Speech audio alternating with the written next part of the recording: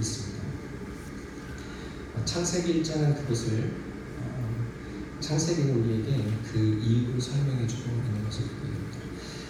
하나님은 창세기 1장에서 하나님의 형상으로 사람을 창조하시고 이 땅을 하나님의 나라로 다스려갈 사명들을 아담과 하와에게 주게 되십니다. 하나님 먼저 그 땅을 다스리고 지키고 생육하고 번성하고 충만하고 다스리고 지키는 사명을 사람에게 먼저 주셨습니다.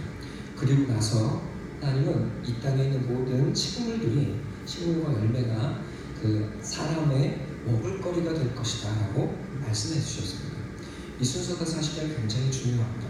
자, 하나님께서 우리를 창조하신 목적은 사명이 있기 때문이에요. 그리고 그 사명을 이루는 것은 하나님이 주신 양식, 하나님을 의지해서 그가 주신 것들을 먹을 때, 여러분, 우리는 하나님의 뜻을, 하나님을 의지하여 하나님과 더불어 이 땅에 하늘의 사명을 이루어가는 존재로 하나님은 우리를 창조하시고 지으셨다는 것을 알게 됩니다. 자, 그래서 사명은 우리의 삶의 이유가 되고, 그리고 하나님께서 주신 열매를 통해서, 에덴 동산을 통해서 우리는 이 땅의 삶을 누리게 되어 있습니다. 우리가 잘 아는 것처럼 아담과 하와는 하나님을 떠나버렸습니다. 하나님 없이 스스로의 필요를 쓰겠다는 것, 그것이 바로 아담과 하와의 목표입니다. 하나님 없이 이제 사람은 스스로 서게 되죠. 그리고 하나님을 떠났기 때문에, 하나님이 없기 때문에 살아야 할 하나님께서 주신 사명도 없게 됩니다. 모두가 나름대로의 삶의 목표를 두고 살아가지만, 그러나 하나님께서 주신 삶의 진정한 이유는 스스로 놓치고 잃어버린 채 살아가게 되죠. 그리고 죄를 범하였기 때문에 이제 이 땅은 그 죄값을 우리에게 갚게 됩니다. 이해가 되시죠?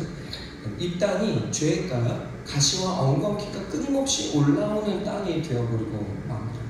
그래서 이제 하나님을 떠난 인간들은 스스로 땀을 흘려서 먹고 살아야 하는 저주가 아니죠.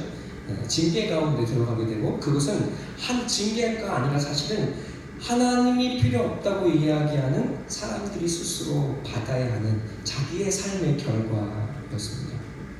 이제 땅에는 가시와 엉겅퀴가 끊임없이 올라오기 때문에 아담은 땀을 흘려서 땅을 일구고 씨앗을 심고 열매를 거두어야 했습니다. 자, 이제 사람은 사명을 잃어버렸기 때문에 삶의 이유를 찾지 못합니다. 그리고 먹고 사는 것이 하나님을 떠나버렸기 때문에 하나님이 공급해 주시는 것이 없는 사람은 스스로 먹고 살아야 하는 두려움, 그리고 내일 먹지 못하면 어떻게 하는가에 대한 두려움 때문에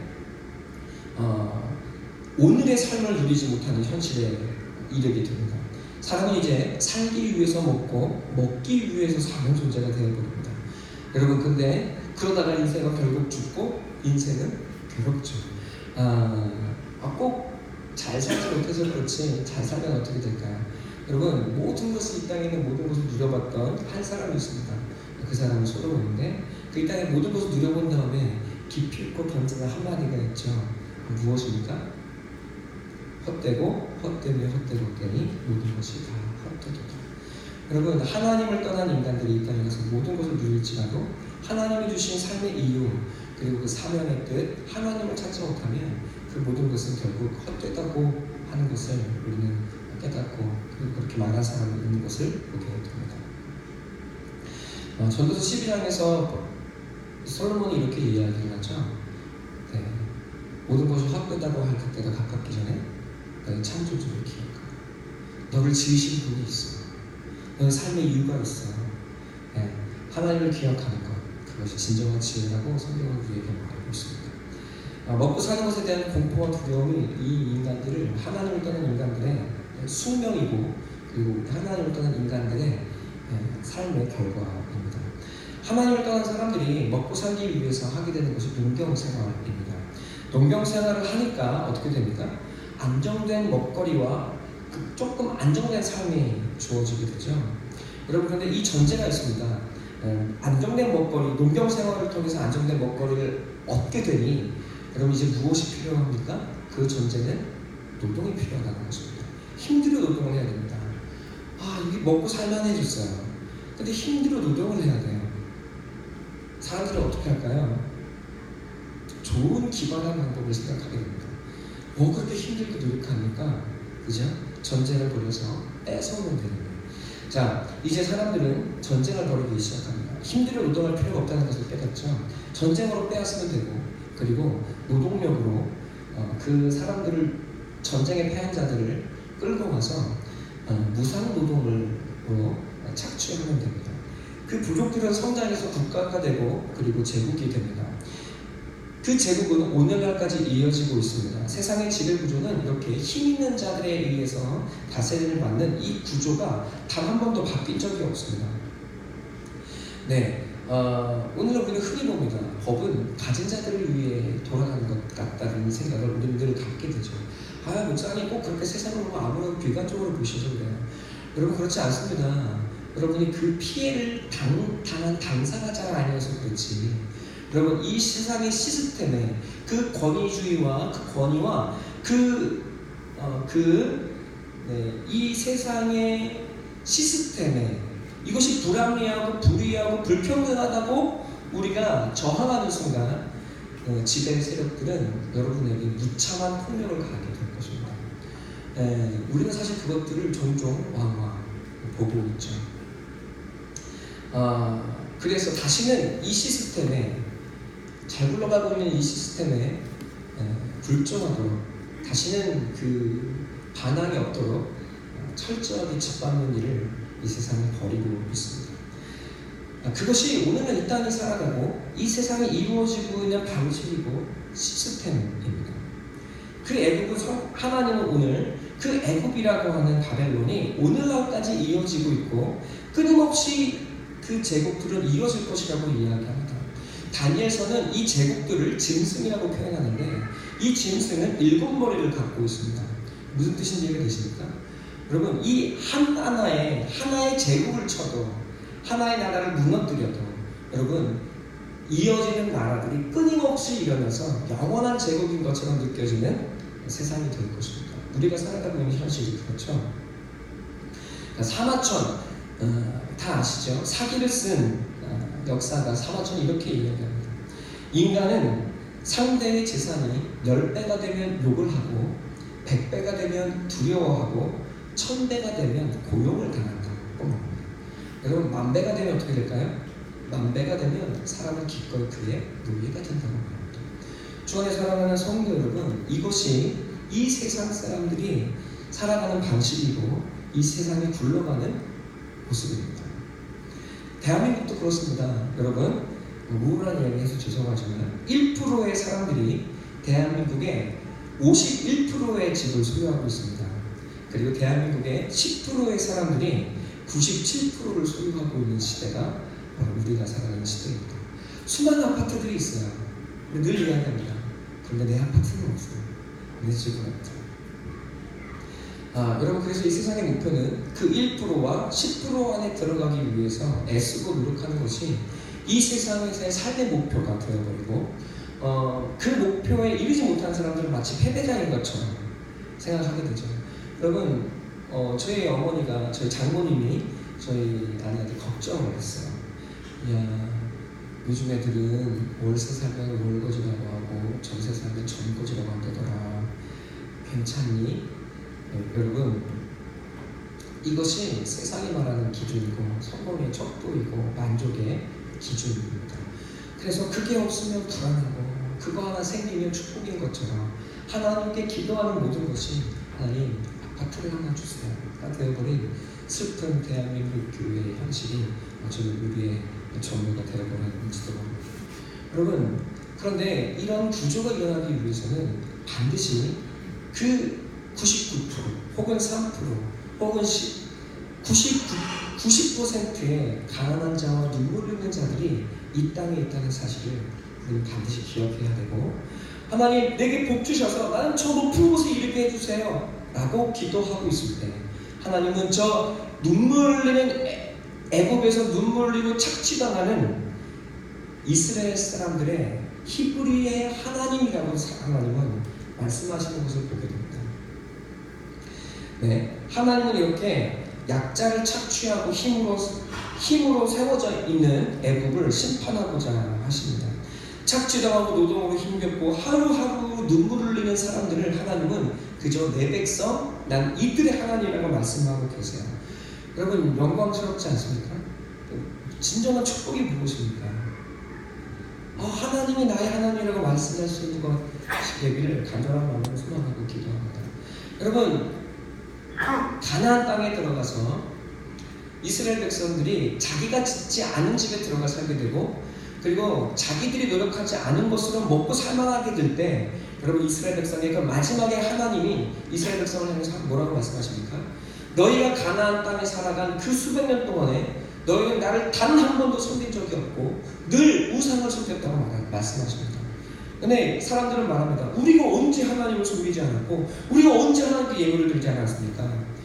여러분 이스라엘이 생각했던 하나님과 하나님 그분 자체가 달랐습니다. 여러분 어쩌면 우리는 하나님을 내가 만들어 놓은 하나님으로 섬기고 있는 줄 모릅니다. 진정한 하나님은 뭐라고 말씀하십니까? 눈물을 흘리고 있는 나의 하나님이라고 말씀하십니다. 마태복음은 예배를 위한 성경이고 믿는 자들을 위한 성경이죠. 그래서 부드럽게 각색을 많이 했습니다. 누가복음은 그렇지 않죠. 누가복음에서는 뭐라고 이야기합니까? 마태복음에서는 마음이 가난한 자는 복이 있다고 이야기하는데 마태복음은 조금 더 먼저 쓰여졌다고 여겨지는 그 누가복음에서 예수님 뭐라고 말씀하십니까? 단도직입적으로 가난한 자들은 복이 있나니 천국이 너의 것이다. 주 안에 사랑하는 성도 여러분, 하나님은 우리에게 이 땅의 부귀와 영광을 마치 주시지 않을 것 같습니다. 부귀와 영광을 보고 부러워하는 우리에게 여러분 하나님은 부자는 닭 하나 바늘귀에 들어가는 것보다 어렵다고 말씀하십니다. 주 안에 사랑하는 성도 여러분, 이것이 여러분의 우리에게 위로가 될지 모르겠습니다. 하나님 하루하루 사는 것이 눈물입니다. 고통입니다. 여러분 이것이 위로가 될지 모르겠지만 하나님은 여러분의 것이고 여러분의 하나님이라고 말씀하고 계십니다. 여러분 오늘 그 하나님이 오늘 우리에게 하시는 약속들의 귀를 기울이는 하루가 되기를 간절히 소원하고 기도합니다. 여러분 그렇게 약자를 착취하고 노예 삼는 이 세상의 사람들에게 하나님이 오늘 무엇을 주고 계십니까? 우박을 내리고 있습니다. 자 24, 25절 함께 읽겠습니다. 시작. 9장 24, 25절 함께 읽겠습니다. 시작.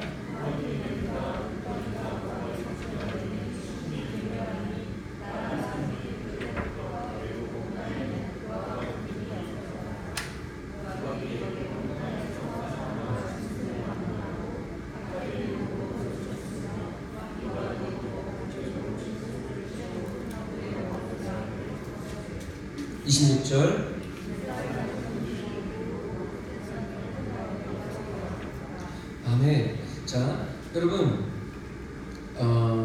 하나님이 우박을 통해서 애굽 땅의 시스템을 무너뜨리고 계십니다. 먹고 사는 것을 지배계층이 이루지 못하면 폭동이 일어나고 시스템이 무너지게 됩니다. 항상 혁명은 가난한 가운데 먹지 못했을 때 일어나게 되죠. 하나님께서 우상을 지시면서 사실은 그들의 욕망을 지시고 거짓된 시스템을 무너뜨리고 계시는 것입니다. 여러분 이 땅 어떤 땅이었습니까? 신명기에 보니까 발을 열심히 굴러야 되는 땅이었어요. 이집트에서부터 흘러내려오는 그 물이 정확하게 흘러내려올 때마다 그 물을 옆으로 몸으로 대기 위해서 사람들은 자기 노동을 열심히 발을 굴러야 했습니다. 물레방아를 발로 굴려야 했죠. 여러분 그걸 이집트 사람이 했겠습니까? 그러지 않죠. 애굽인들을 위해서 이스라엘 백성들이 착취를 당하고 있었던 것입니다. 하나님은 우박으로 그들을 심판하십니다. 여러분 싹이 날 자라고 있는 작물이 없어요. 다 하나님이 불태워 버리셨어요. 여러분 발로 물을 대할 필요가 없습니다. 여러분 그 땅에 하나님이 심판하시지만 그건 이스라엘 백성에게는 이들을 구원하는 하나님의 역사가 되어 것입니다. 주 안에 사랑하는 성도 여러분, 하나님이 이 땅을 심판하시는 것, 그것은 하나님이 여러분을 이 땅에서 뽑으셔서 하나님 나라에 심으시는 과정이라고 이야기하고 계십니다. 하나님이 이 땅을 심판하셔도 돼요, 한 번에. 그런데 이 땅을 한 번에 심판하시지 않습니다. 왜? 당신의 백성들이 이 땅에서 건짐을 받고 하나님 나라에 이르러가기 때문인 줄 믿습니다. 그러나 요한계시록에 보는 것처럼 여러분, 하나님의 이 심판은 나날이 더해지게 될 것입니다.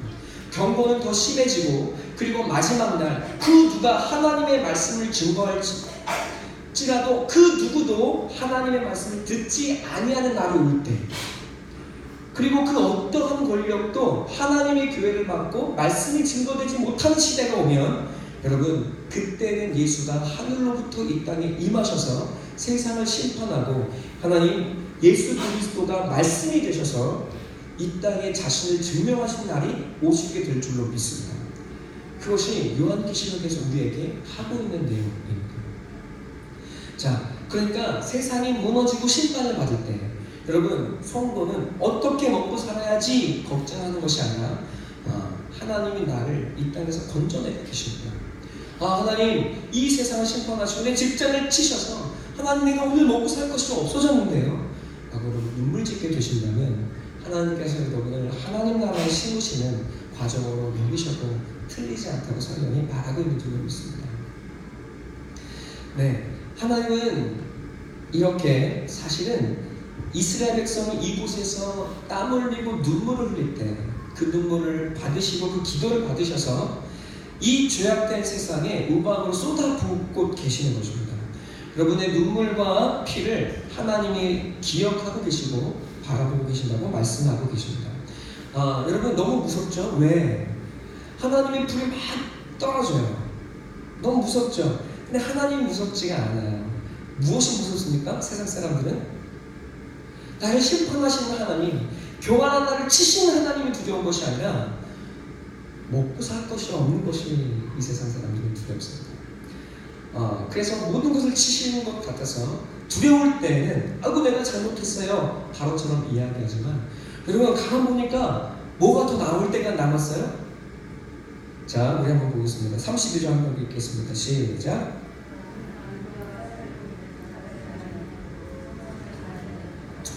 네. 32절 보니까 31절 보니까 보리와 삶과 보리는 이미 나와서 우박에 사 있어요. 그런데 여러분, 밀과 쌀보리가 아직 나지 않았습니다. 먹고 살만한 것이 있어요. 그러니까 두렵지가 않습니다. 주 안에 사랑하는 성도 여러분, 이 세상 사람들은 먹고 사는 것이 하나님보다 더 두렵습니다. 네. 먹고 살 것이 없을 때 그제서야 비로소 굴복하게 된다면 우리는 바로와 같은 마음을 갖고 있는 것입니다. 하나님 우리에게 묻고 계시는 것 같습니다. 바로와 같은 완강한 마음 갖고 있는 것이 아닙니까? 먹고 살만한 때에는 교만해지고, 그리고 먹고 살만한 것이 없어질 때야 매달리는 우리의 모습입니다. 여러분, 하나님은 그것으로 우리를 다루어 가신다고 말씀하고 계십니다. 그런데 바로에게 모든 것을 한 번에 다 없애시지는 않아요. 왜? 먹고 살아야 할 것이 있어야 하기 때문에. 여러분, 하나님은 우리 하나님, 고센 땅에는 우방을 주시지 않고 이집트 땅에는 우방을 주시는 하나님, 나만 살아가고 쟤들은 안 살아가시는 거예요? 아니죠. 성경은 이렇게 이야기합니다. 하나님은 악인과 의인에게 햇빛과 물을 고루 주신다고 말씀하십니다. 그들은 믿음이 없기 때문에 하나님이 한 번에 모든 것을 다 없애시지 않습니다. 그러나 끝까지 하나님 앞에 완고할 때 하나님의 심판이 우리의 끝이 되어지지 않기를 간절함하고 소망하고 기도합니다. 자, 26절에 보니까 이렇게 얘기합니다. 이스라엘 자손들이 있는 그곳 고센 땅에는 우박이 없었다. 자, 우리 이렇게 생각합니다. 역시 하나님이야. 믿는 나는 양식에 끊어지지 않고 복 주실 거야. 하나님이 나는 구해주시고 쟤들은 악하니까 쟤들은 심판하실 거야. 여러분, 마냥 그렇습니까? 않습니다. 이 모습을 보면 하나님이 이스라엘 백성을 절대로 힘들게 하지 않을 것 같아요. 근데 사실은 그렇지가 않습니다. 하나님은 이스라엘 백성을 애국 사람들보다 더 혹독하게 다루어가십니다. 더 혹독하게 훈련하십니다. 그리고 하나님의 훈련에는 절대로 양보가 없어요. 자, 주안의 사랑하는 성도 여러분, 애국에는 그래도 밀과 쌀보리가 있지 않습니까? 그래도 철이 지나면 뭐가 나오지 않습니까? 그런데 이스라엘 백성들 고센 땅에 우박이 없었다고 기뻐하는 것은 잠시죠. 어떻게 되어지니까 그들은 이제 광야로 나아가요. 광야로 나아갔더니 있는 게 없어요. 물도 없어요. 아무리 돌아봐도 열매가 없어요. 작물이 자라갈 환경이 아닙니다. 하나님은 이스라엘 백성을 더 극한 환경으로 몰아가시는 것 같습니다. 자, 민수기 1장 4절, 민수기 1장이 아닙니다. 민수기 한번 보겠습니다. 민수기 11장에 나왔습니다. 민수기 11장 4절부터 6절. 민수기 11장 4절부터 6절 함께 읽겠습니다. 함께 읽겠습니다. 시작.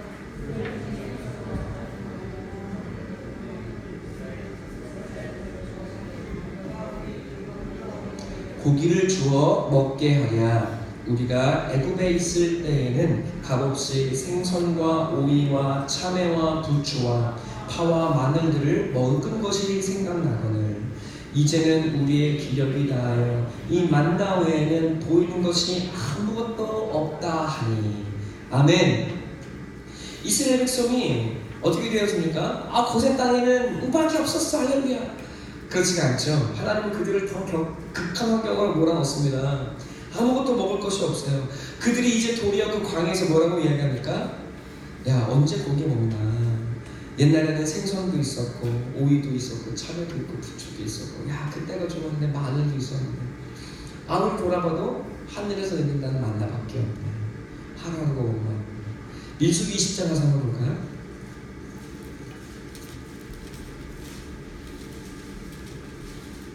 민수기 20장입니다. 민수기 20장 2절부터 5절까지 다 함께 읽겠습니다. 시작.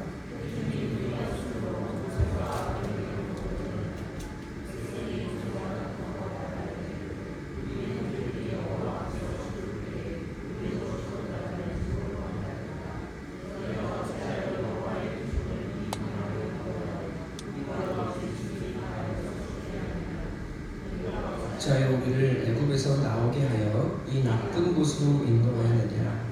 이곳에는 파종할 것이 없고 무화과도 없고 포도도 없고 석류도 없고 마실 물도 없도다. 아멘. 여러분, 이곳이 이 땅을 살아가는 성도의 고백일 때가 반드시 오더라고 성경이 이야기하고 있는 것입니다. 하나님 앞에서 축복받으려고 따라왔는데 하나님은 도리어 우리를 정말로 먹을 것이 없는 그 자리로 몰아가시더라는 거예요. 여러분, 이것이 성도에게 주어지는 찾아오는 고난의 때가 반드시 있습니다. 그래서 그때가 좋았지, 그때로 돌아가는 것이 낫지라는 생각이 들 때가 우리의 삶에 찾아옵니다. 여러분, 애굽 땅에서 있을 때 차라리 그때가 좋았는데, 하나님 이게 나를 사랑하신다는 건가? 아니, 하루하루 먹을 게 없는데 이렇게 살아가는 것이 하나님이 나를 사랑하시고 하나님이 계신다는 것인가? 묻게 되더라는 거예요. 그런데 이스라엘 백성이 광야에서 만나를 먹습니다. 만나가 무엇인지 아시죠? 우리는 여러분 무엇인지 아시죠? 만나가 하늘에서 먹을 것이 내린 것이 만나. 하루하루를 매일매일 그 만나가 땅 위에 맺혀 있습니다. 그런데 그 만나는 신기하게도 안식일 전날에는 안식일이 쉬라고 이틀을 가는데 평일날에는 하루를 가지 못하고 썩더라는 거예요. 어떻게 됩니까? 매일매일 그 만나를 주어야 합니다. 마치 누구처럼? 룻이 하나님의 땅에 들어가서 매일매일 이삭을 줍는 것처럼. 여러분, 마실 물이 없습니다. 그때 그들이 신비한 물을 마십니다. 세상에 땅 속에서 깊은 곳에 흘러나오는 우물물이 아니라 바위 위에서 터져 올라오는 그런 물들을 이스라엘 백성은 마십니다. 그리고 그들은 하나님이 바람으로 몰아오시는 메추라기를 먹게 됩니다. 자, 그들은 마침내 신명기 1장 가서 보겠습니다. 이렇게 고백할 수 있게 됩니다. 신명기 1장 31절 읽겠습니다.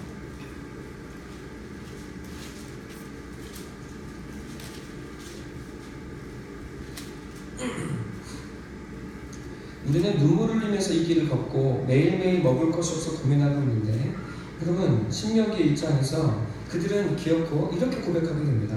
함께 읽겠습니다. 시작. 사람이 자기의 아들을 낳는 것 같이 너희의 하나님 여호와께서 너희가 걸어온 길에서 너희를 안에서 이곳까지 이르게 하셨느니라. 아멘. 2장 7절 한번 함께 읽겠습니다. 2장 7절입니다. 신명기 2장 7절 함께 읽겠습니다. 시작.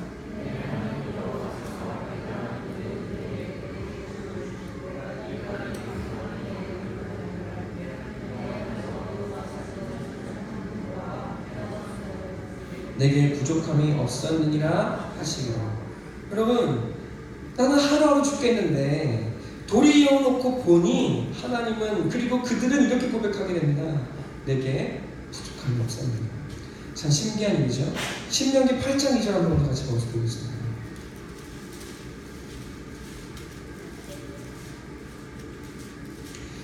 자, 너무 길지만 그래도 찾아 읽겠습니다. 2절부터 7절까지 시작. 하나님 여호와께서 이 40년 동안에 내게 광야길을 걷게 하신 것을 기억하라. 이는 너를 낮추시며 너를 시험하사 내 마음이 어떠한지 그 명령을 지키는지 지키지 않는지 알려 하시리라.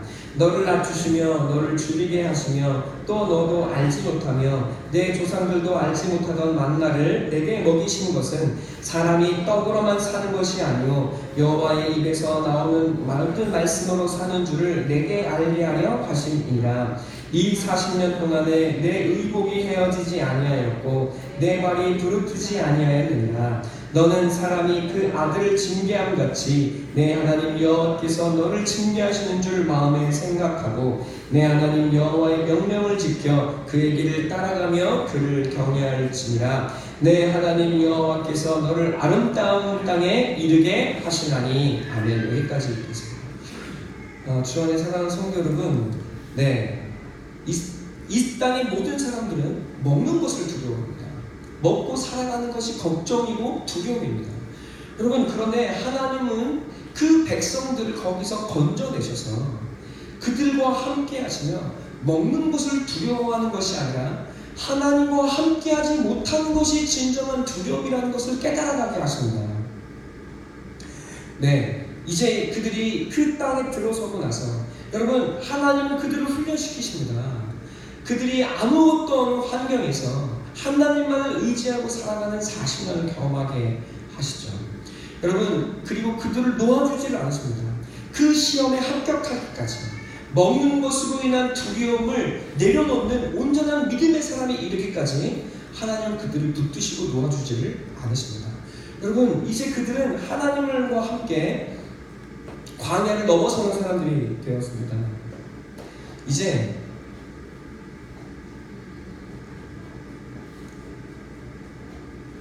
그들은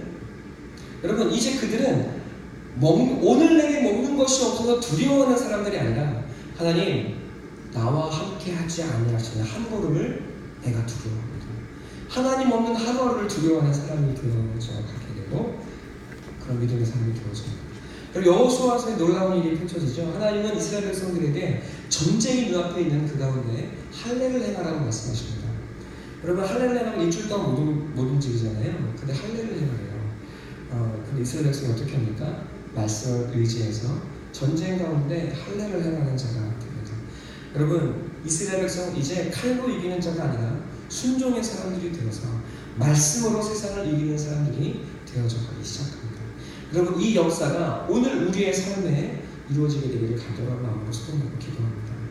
여러분, 이 일을 이루시기 위해서 우리 주 예수 그리스도께서 우리에게 찾아오시고 우리와 함께하는 것이 물론 믿습니다. 자, 예수님도 우리가 먹는 것이 얼마나 중요한지, 먹을 것이 없으면 하루를 살아갈 수 없는 연약한 사람인 것을 너무 잘 알고 계세요. 자, 우리 말씀 함께 보도록 하겠습니다. 마태복음 6장에 와서 보시면 주기도문에 대한 주기도문을 이야기하시죠, 예수님이. 그때 이렇게 이야기하십니다. 6장 11절 다 같이 읽겠습니다. 시작. 아멘. 일용할 양식을 주십시오. 우리는 먹을 것이 없으면 죽습니다. 그래서 먹을 것이 필요합니다. 하나님은 이것을 알기 때문에 예수님은 그 일용할 양식을 구하라고 말씀하십니다. 에스겔서에 보면 너희가 필요하고 내가 줄지라도 그러나 내게 구해야 할지라고 말씀하십니다. 여러분, 하나님 우리에게 필요한 것이 무엇인지 너무나 잘 알고 계세요. 그러나 우리가 기도할 때 그 하나님을 기뻐하시고 그 하나님의 은혜가 하나님의 사랑이요 우리를 입히시고 먹이시는 사랑인 것을 깨닫게 하시기 위해서 기도하라고 말씀하십니다. 네, 자, 일용할 양식을 달라고 기도하면서 하나님은 그들에게 더불어 이렇게 이야기합니다. 자, 함께 읽겠습니다. 26절, 마태복음 6장 26절 함께 읽겠습니다. 시작.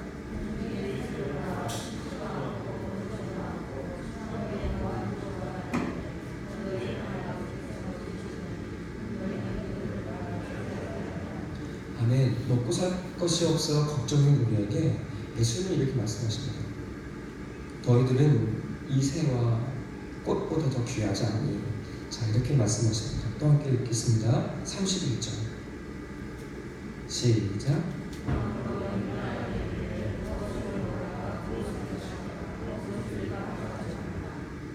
계속 읽겠습니다.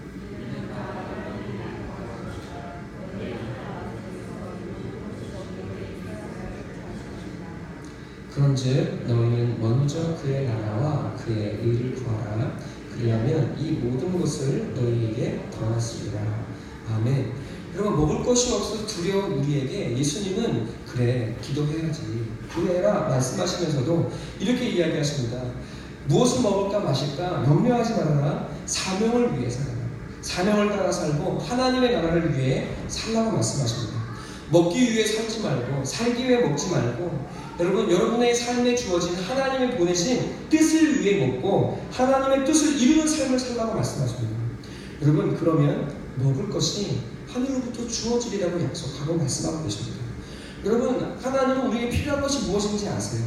하나님의 나라의 뜻을 이루지 않아도 우리에게 먹을 것을 주십니다. 아멘. 그러나 여러분, 그냥 먹고 살기 위해 먹고 살기 위해 먹으면 짐승이랑 다를 것이 없어요. 우리는 짐승이 아닙니다. 하나님은 하나님의 뜻을 이루기 위해 보내신 받은 사람들이라고 성경이 이야기합니다. 인생은 광야와 같습니다. 하나님은 우리를 이 땅에서 뽑아내셔서 하나님 나라에 심고 계십니다. 여러분, 우리는 그 삶, 우리의 삶의 과정은 바로 이렇게 먹을 것을 두려워하는 것이 아니라 하나님의 나라에 합당한 자가 되기 위해서 오늘날 우리의 삶에서 하나님의 나라의 뜻을 이루어가는 삶을 살아가는 사람들이 되어지는 것입니다.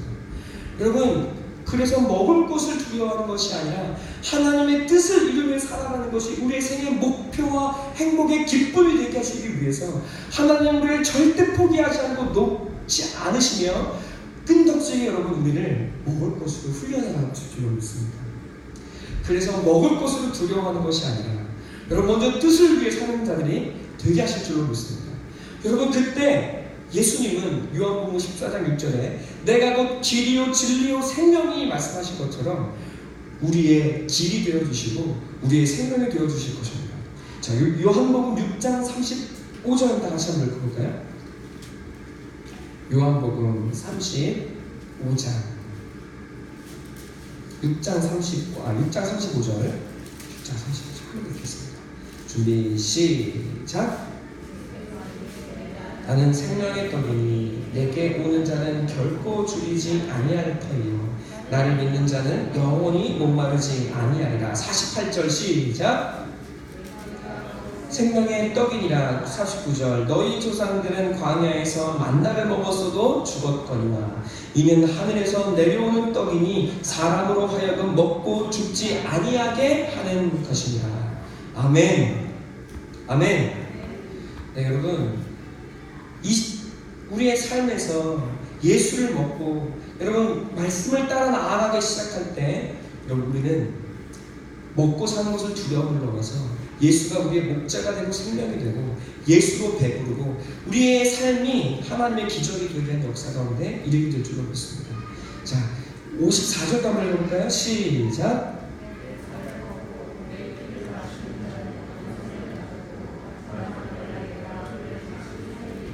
55절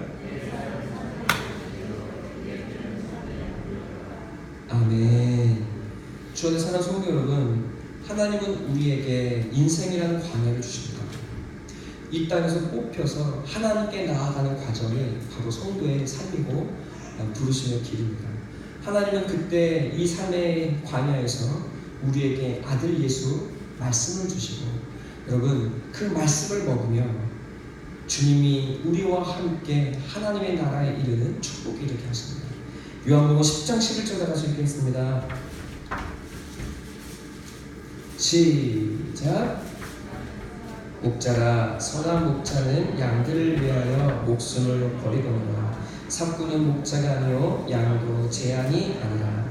이리가 오는 것을 보면 양을 버리고 달아나니 이리가 양을 몰아가고 또 해치느니라. 아멘.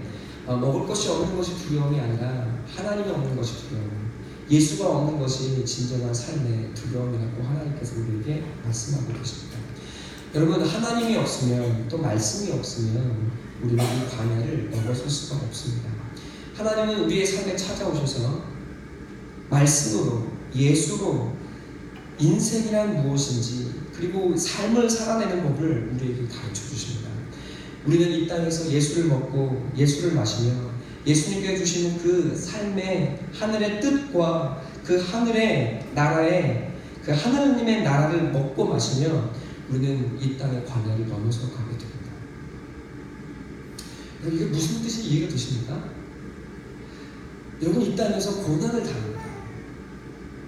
눈물과 아픔이 찾아옵니다. 그때 성도는 하나님께 나와서 울며 기도합니다.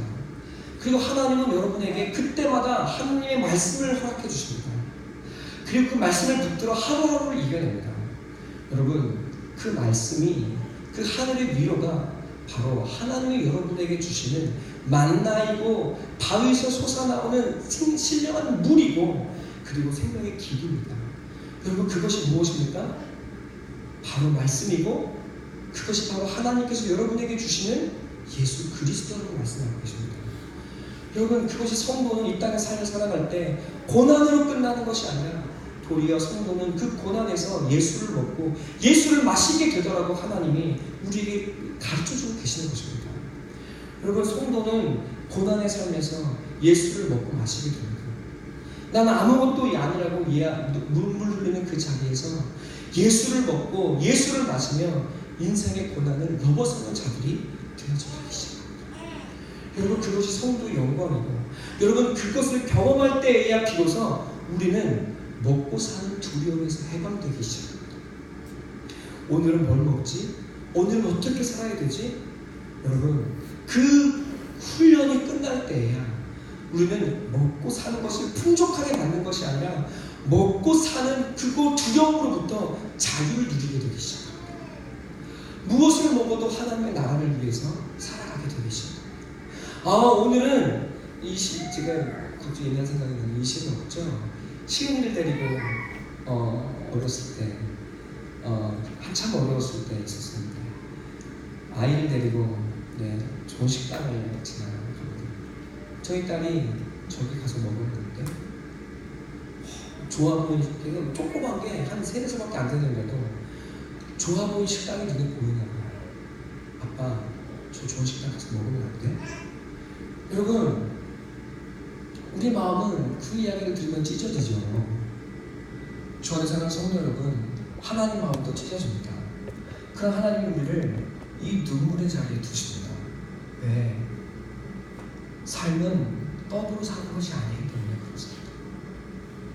성도는 도리어 삶의 고난과 눈물의 자리에 설 때 먹는 것으로 사는 것이 아니라 말씀으로 사라지는 것을 경험하게 됩니다. 말씀으로 사라지는 것을 경험하게 될 때 여러분, 인간은 드디어 먹고 사는 두려움으로부터 해방되기 시작합니다. 하나님 나를 죽이지 않는다는 것을 경험하게 되기 시작합니다. 주 안에 사는 성도 여러분, 이것이 성도에게 주어진 영광입니다. 이것이 경험되고 깨달아지기 전까지 여러분, 하나님의 훈련은 끝나지가 않습니다. 하나님 감사합니다. 하나님, 제게 부족함이 없습니다. 하나님은 반드시 우리에게 이것을 고백하게 하실 그날이 올 것입니다. 여러분, 그래서 여러분 무엇으로 먹고 살아가십니까? 오늘 하나님 돈이 없어서, 먹을 것이 없어서 하나님 눈물 짓고 고민입니다. 여러분 그때 하나님은 우리에게 너는 무엇으로 사는가를 묻고 계십니다. 밥으로 사는 자는 먹는 것이 없으면 두렵습니다. 그러나 뜻으로 사는 자는 하나님이 없으면 살 수가 없습니다.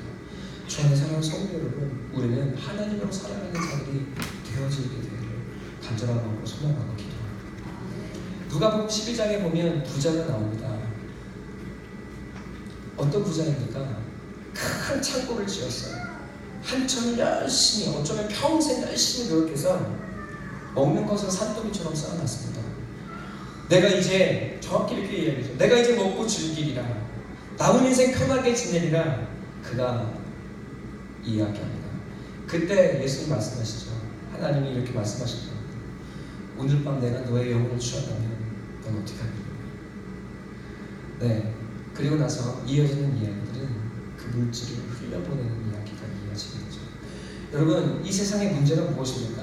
1%가 51%의 집을 소유하는 것이 문제입니다. 10%가 97%의 집을 소유하는 것이 문제입니다. 잘 먹고 사는 사람들은 더 먹기를 원합니다. 인류의 제한이 하나 있습니다. 그것이 무엇인지 아십니까? 중국 사람들이 서구의 문화를 본받아 그들처럼 먹게 된다면 지구상의 기능이 끝날 것이라고 이야기하는 학자들이 많습니다. 그 일이 점점 현실되고 있죠. 중국이 잘 사라지면서 먹는 것을 어마어마하게 먹어들기 시작해요. 그런데 서구 사람들은 잘 먹었으니 너희들은 그만 먹어라 말할 수 없지 않습니까? 여러분, 지구상의 자원이 고갈되고 있습니다. 주 안에 사랑하는 성도 여러분, 무엇이 문제입니까?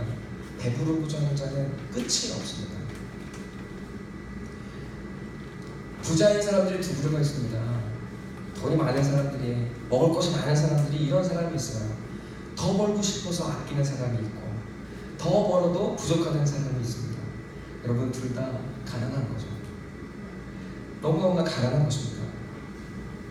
주 안에 사랑하는 성도 여러분, 부자의 모습은 이런 우리의 현실이 무엇인지를 보여주고 증거하고 그리고 고발합니다.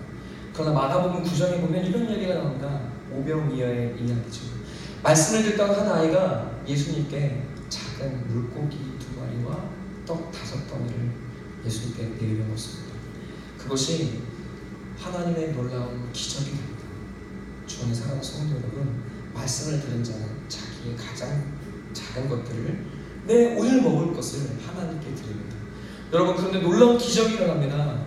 바로 그때 5,000명이 넘는 사람들이 함께 먹고 말씀을 먹고 빵을 나누는 기적이 일어나게 되죠. 주 안에 사랑하는 성도 여러분, 하나님 오늘 이 기적을 우리를 통해 이루어 가시게 되기를 간절히 소원하고 계신 줄로 믿습니다. 예수님, 하나님 복 주세요, 복 주세요. 더 많이 모으게 해주세요. 더 넓게, 더 많이, 더 좋은 것들 먹게 해주세요가 아니라 하나님, 주님과 함께 나는 이 인생의 광야를 넘어서게 될 줄로 믿습니다. 여러분, 뜻으로 사는 인생이 되어지기를 간절한 마음으로 소원하고 기도합니다. 예수님께 마귀가 찾아와서 이렇게 이야기하죠. 첫 번째 시험이 무엇입니까? 이 돌덩이를 떡덩이가 되게 하는 것이 첫 번째 시험입니다. 왜 첫 번째 시험일까요? 육신을 가지고 있는 우리의 몸이 가장 연약하기 때문에 사단은 우리에게 먹을 것을 통해 시험합니다. 그때 예수님께서 하신 말씀이 무엇입니까? 아까 신명기의 말씀처럼 사람은 떡으로만 살 것이 아니라 하나님의 입으로부터 나오는 모든 말씀으로 살 것입니다. 주 안에 사는 성도 여러분, 하나님은 여러분에게, 예수님께서 여러분을 이 말씀을 배워가게 하신 줄로 믿습니다. 우리는 이 말씀을 배워가고 있습니다. 사람은 먹을 것으로 사는 것이 아니라 하늘부터 내려오는 뜻으로 삽니다. 우리는 고난 가운데 예수를 먹고 마시게 됩니다. 여러분, 빵을 만들어내는 것은 요술입니다. 우리는 요술을 기대하고 살아가지 않습니다. 그러나 우리는 작은 것을 하나님께 드립니다. 그때 우리는 이 인생의 광야를 하나님과 함께 넘어서 가기 시작합니다. 그것은 이 세상이 알 수 없는 진정한 기적이 될 것입니다. 주 안에 사랑하는 성도 여러분, 가나안 사람들에게 가장 놀라운 기적이 무엇입니까? 저들이 40년 동안 먹을 것 하나 없는 저 광야를 하나님과 함께 넘어왔다는 것이 있었습니다. 여러분은 그렇게 살게 될 것입니다. 여러분은 하나님의 기적의 증거가 될 것입니다. 두려워하지 마십시오. 그리고 여러분의 고된 삶을 여러분 원망하고 누추하다 불평하지 마십시오. 불평이 됩니다. 여러분, 그러나 우리의 불평으로 끝나게 할 하나님이 아니라는 것을 기억하십시오. 우리의 눈물로 끝나게 하신 하나님이 아닙니다. 하나님은 우리의 승리가 되실 것이고, 그리고 우리의 삶은 하나님의 영광이 될 것이고, 여러분의 삶은 고난 가운데 생명의 능력이 될 것입니다. 네, 마지막으로 빌립보서 말씀 함께 볼까요? 빌립보서 3장 19절부터 22절입니다. 그들의 마침은, 그죠? 세상의 마침은 어떻게 될 것인지 한번 보겠습니다. 시작.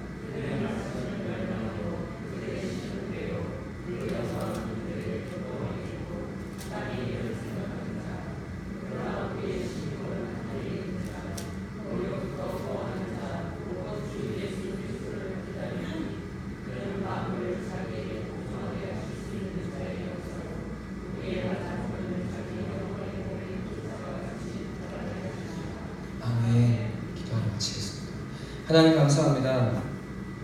세상을 향한 하나님의 심판을 보고